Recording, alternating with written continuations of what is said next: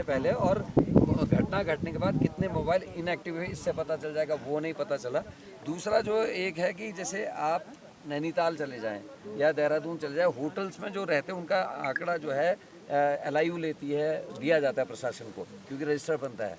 लेकिन ये सामरिक दृष्टि से भी महत्वपूर्ण है, बॉर्डर का क्षेत्र है। यहाँ के होटल, रिजॉर्ट्स, होम स्टेज में जो टिके थे उसका आंकड़ा इनके पास होना चाहिए था, जो सरकार प्रस्तुत नहीं कर रही है। तो ये बहुत गंभीर है, और लोगों को जिनको गुमशुदा बनाया गया उनको तो कुछ मिलना भी नहीं है, लाभ भी नहीं मिलेगा। तो ये बड़े चिंता के विषय हैं जिस पर चर्चा होनी चाहिए। अभी सर मैं एक क्वेश्चन कर सकता हूँ? हाँ, ये हमारे यहाँ स्थानीय लोग हैं, इसी गांव के लोग हैं, और बोलिए, बिल्कुल आप ही लोग को सुनने हम यहाँ रखे हैं। अभी क्या हुआ, पर्यटन विभाग ने केवल 10 होटलों की लिस्ट जारी की है, ये जो रजिस्ट्रेशन कर रहे हैं, जिनके रजिस्टर्ड है। लेकिन मैं पर्यटन विभाग से ये पूछना चाहता हूँ, क्या उनके पास उन 10 होटलों के जो पिछले जो साल के रिकॉर्ड है वो हैं उनके पास कि नहीं, कितने टूरिस्ट रुके हैं इनके पास?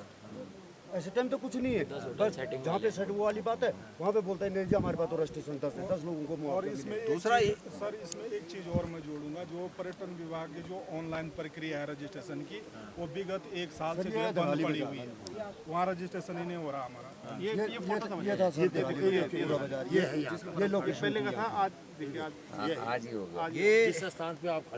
ये जो बता रहे हैं कि इससे पहले ये किस स्थिति में था और आज कैसी स्थिति में हो गई है। सरकार का ये काम होता है कि सरकार इस जगह को पहले की स्थिति में लाने की कोशिश करे।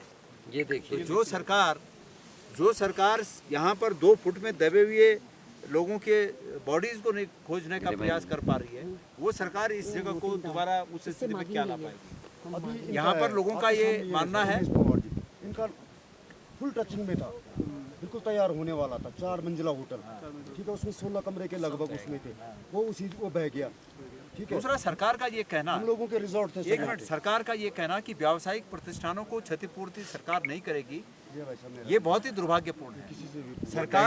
सरकार को ये पता होना चाहिए कि जब वो व्यावसायिक प्रतिष्ठान चल रहे थे तो उसमें रुकने वाले लोगों ने टैक्स जरूर दिया होगा, और टैक्स के रूप में इन प्रतिष्ठानों ने देश के GDP में कंट्रीब्यूट किया है।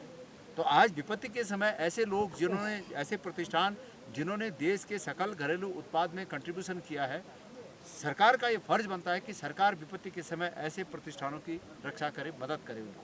तो सरकार ये कहना कि हम व्यावसायिक प्रतिष्ठानों को कोई मदद नहीं करेंगे, ये स्वीकार्य नहीं है।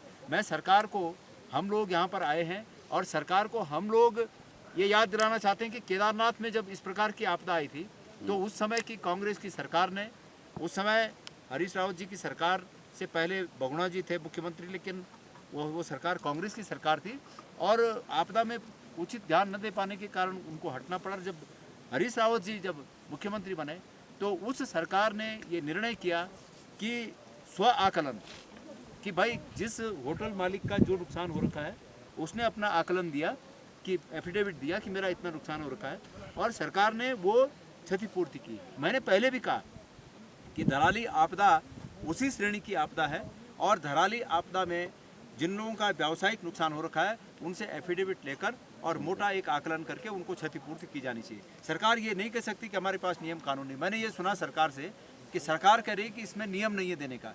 पहली बात, विधानसभा का सत्र तब से हुआ, उसमें नियम बनाते नहीं बनाते तो मंत्रिमंडल की कमेटी भी नियम बना सकती है। मतलब आपदा के समय तो मंत्रिमंडल भी निर्णय ले सकता है, और नहीं है तो मुख्यमंत्री राहत कोष किसके लिए है?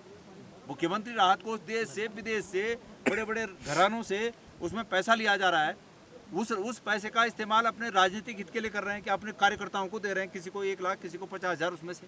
लेकिन धराली आपदा के व्यावसायिकों के लिए उसमें नहीं है पैसा, तो वो भी एक रास्ता था कि उसमें से पैसा दिया जा सकता था। सरकार अपने फर्ज से करनी काट रही है, रास्ता बदल रही है, लेकिन सरकार को रास्ता बदलने नहीं देंगे। और मैं इस जगह से आज, अभी तो हम जाएंगे जगह जगह यहाँ पूरे उसमें जहाँ जहाँ नुकसान हो रखा है जाएंगे, लेकिन इस जगह से अपने इन सभी भाइयों के साथ एक प्रतिज्ञा करना चाहता हूँ। हमारे पूर्व अध्यक्ष जी यहाँ पर हैं, हमारे कांग्रेस का तमाम प्रतिनिधिमंडल यहाँ पर हैं, और धराली के लोग यहाँ पर हैं, पवार जी यहाँ पर हैं।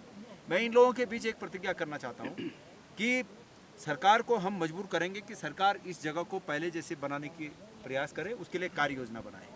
ये वो जगह है, अभी मैं उन शब्दों को यहाँ पर कहना उचित भी नहीं होगा, लेकिन मेरे अभी आने से पहले लोग यहाँ पर क्या कह रहे थे कि ये सामने ये जो गांव दिख रहा है, जरा दिखाना भाई, ये वो गांव है जिस गांव से ये घोषणा हुई कि उत्तराखंड के लिए घाम तापो योजना कितनी कारगर होगी, ये वो गांव है। और मुखबा, और इस गांव में जिस दिन वो बात कही गई घाम तापो, उसके बाद ये घटना घट गई।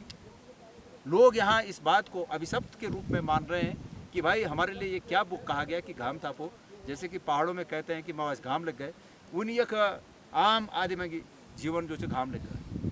तो मैं यहाँ से संकल्प लेता हूँ कि पहले तो ये सरकार इसको हरा भरा जैसे पहले था वैसे करेगी, नहीं तो जब इस प्रदेश में हमारी सरकार बनेगी, आज यहाँ पर कल्प केदार भगवान के इस प्रांगण से मैं ये संकल्प हम लोग लेते हैं कि हम इसको जैसे पहले हरा भरा था भाइयों, वैसे ही हरा भरा बनाएंगे। इसको पुनः एक बार जैसे ये पर्यटन का एक केंद्र बन गया था, इसको दोबारा उसी रूप में गुलजार करेंगे। ये जिस प्रकार से पल्लवित हो रहा था, फल फूल रहा था, इसको उसी प्रकार पल्लवित होने के लिए दोबारा इसको रोपने का काम करेंगे। ये मैं आप लोगों के सामने संकल्प लेता हूँ। फिलहाल स्थिति